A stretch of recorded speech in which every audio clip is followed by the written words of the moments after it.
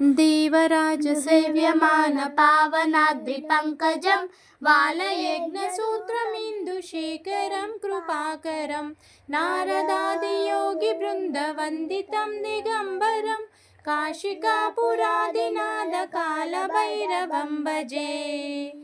भानुकोटिभास्वरं भवाब्धितारकं परं नीलकण्ठमीप्सितार्धदायकं त्रिलोचनं कालकालमम्बुजाक्षमक्षशूलमक्षरं काशिकापुरादिनाथकालभैरवं भजे।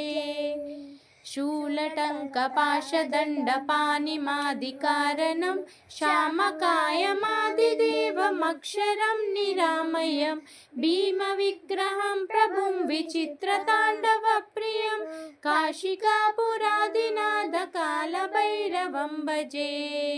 मुक्तिदायकं प्रशस्तु चारुविग्रहं भक्तवत्सलं स्थितं समस्तलोकविग्रहं विनिक्वनन्मनोज्ञहेमकिङ्किणीलसत्कटिं काशिकापुरादिनाथकालभैरवं भजे। धर्मसेतुपालकं त्वधर्ममार्गनाशकं कर्मपाशमोचकं सुशर्मदायकं विभुं स्वर्णवर्णशेषपाशशोभिताङ्गमण्डलं काशिकापुरादिनाथकालभैरवं भजे।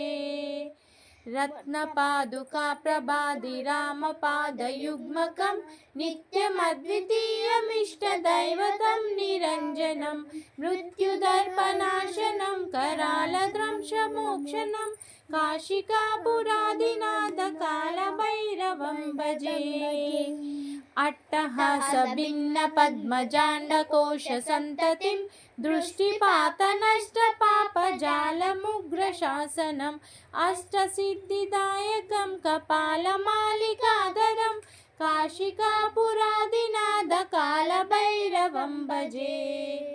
भूतसङ्गनायकं विशालकीर्तिदायकं काशीवासलोकपुण्यपापशोधकं विभुं नीतिमार्गकोविदं पुरातनं जगत्पतिं काशिकापुरादिनाथकालभैरवं भजे।